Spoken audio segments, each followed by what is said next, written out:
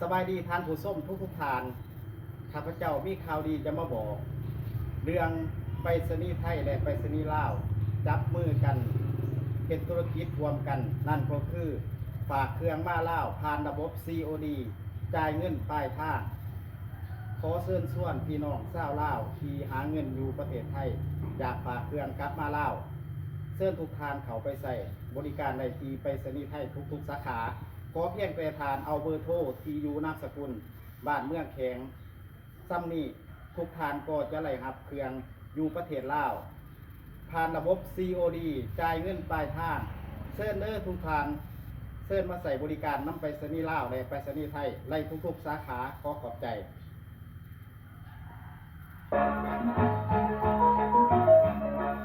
มันกอดจะมารับไต่น้องเมื่อคนกินคนหาน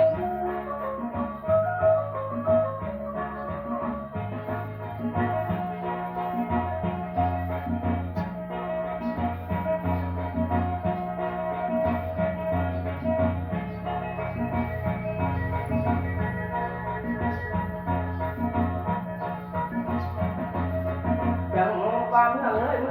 องน้อยเมืองใหญ่เมืองใหม่เมืองเก่าและเมืองเก่าเมืองแก่มีพ่อมีแม่จะมีลูกมีหลาน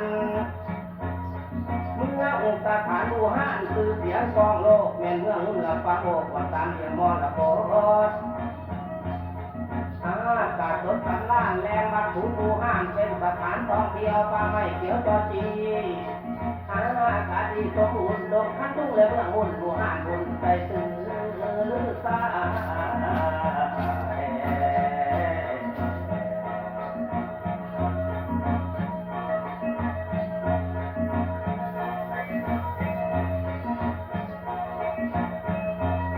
ไป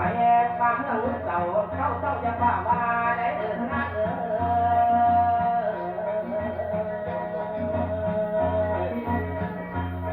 ไม่แค่เต็มอยู่ป่าคือป่าเต็มอยู่น้ำตรงหน้าบ้านนี่แต่เขาเต็มทางเนี่ยเอาเล่าจะไปต่อบนอย่างไรเมืองนู้นตั้งอยู่ใต้สุดประเทศของลาวตั้งแต่เท้าหลังบ่ต่างทั้งเทมา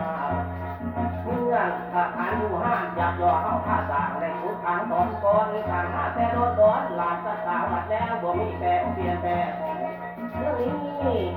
มีสายแดนจ่าแดงทางการแปลงปันแปลงกำหนดคงบอกแกงต้องลงแปลงเก็บให้ปันไว้ทางแดนนั้น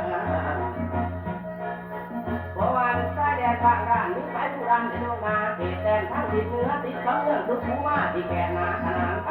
ำเขตนี้ชื่อว่าสงบหลายลำย้อนกันน้ำตกปลายรวมปากต้นผู้หายเกือบตายเทียนโตนี้ตามบ้านออกนี่ติดเนื้อที่เมืองโขงเติมน้ำของไหลลงในที่โค้งถึงไว้เพื่อนใต้แดนทางไปย้ำไหลโลกตาติดประเทศกับผู้ซ่าเกิดปัญหากับตัวแก่ทะเลรวมกันเสียตาเว้นของนั้นประจังพันโกงแบนติดประเทศไทยแลนด์ผู้ใต้แดนแดนไหนปันไว้ตั้งแต่ได้ที่นี่โลกจริงอ้ำมือไว้มาสามอย่ามอนะกดดินเอาให้ข้าแม่โจดจำอยู่แก่ใจข้าวันทานอยากวันเล็บใจสดใจอยากไปเบิ่งมันสวยงามเลือดตึงกระทำอากาศเมืองบนอากาศสดสมบูรณ์บ่มีมุ่นหลับผิดอาภัพพวกเพื่อนมิตรสิมาเที่ยวเมืองบุญเห็นของผักพูดมูลระดมอกเอาปูที่ยังประทานวัดผู้ตั้งแต่เก่าอายุพันปีอยู่เมืองบุญมีหลายปีหลายบท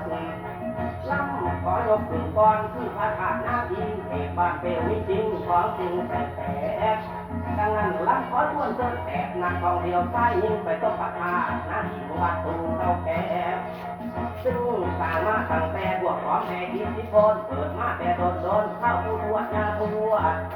เบี้ยอุ่นนี่กองตำรวจเอาไปถามไปทางอาณาไม่จัดละให้เป็นแรงท่องเที่ยวเดี๋ยวนี้การนำของเครื่องมุ่นเองปลาผาต้มเกี่ยวไปที่น้ำชาก็ให้อาป่าพวกพระบรรดาเขาโดยสาพนั้นแม้นสร้างบ้านเปลวให้เดินเป่าและเป็นเจ้าก็